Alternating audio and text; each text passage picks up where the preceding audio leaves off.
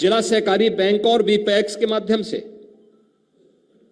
इस बार हमने देखा था जब खाद की क्राइसिस हो रही थी और उस दौरान हमारे सहकारी समितियों ने मोर्चा संभाला था और उस समय हमें एहसास हुआ कि हमने इनकी जो लिमिट, इन्हें यहां पर जो कैश क्रेडिट लिमिट थी, इसको 10 लाख तक का करके इन्हें जो सहायता प्रदान की थी, उनके पास खाद उपलब्ध थी तो उसने किसानों को खाद उपलब्ध कराने में बड़ी भूमिका का निर्वहन किया और कहीं भी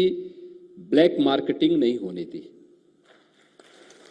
परिणाम था जहां पर जितनी हमें उस समय फर्टिलाइजर की आवश्यकता थी, उतनी फर्टिलाइजर की आवश्यकता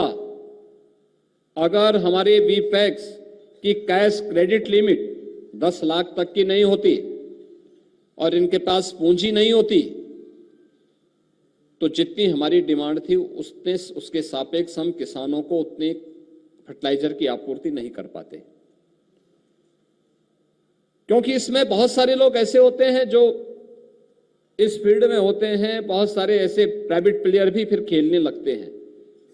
जो ब्लैक मार्केटिंग का एक तंत्र खड़ा करके काल्पनिक डिमांड को क्रिएट करते हैं और फिर क्राइसिस पैदा करके उसके माध्यम से ब्लैक मार्केटिंग को बढ़ावा देते हैं। लेकिन सहकारी समितियां खड़ी हुई, इन्होंने अपने यहां फर्टिलाइजर की उपलब्धता सुनिश्चित की और वह सभी किसानों को मिलता हुआ दिखाई दिया, कहीं भी क्राइसिस नहीं होने दी। और इसीलिए हम लोग आज यहां पर जो हमारी पैक्स की कैश क्रेडिट की लिमिट अब तक 10 लाख की थी, हम उसको 15 लाख तक की करने की भी घोषणा इस अवसर पर करने जा रहे हैं।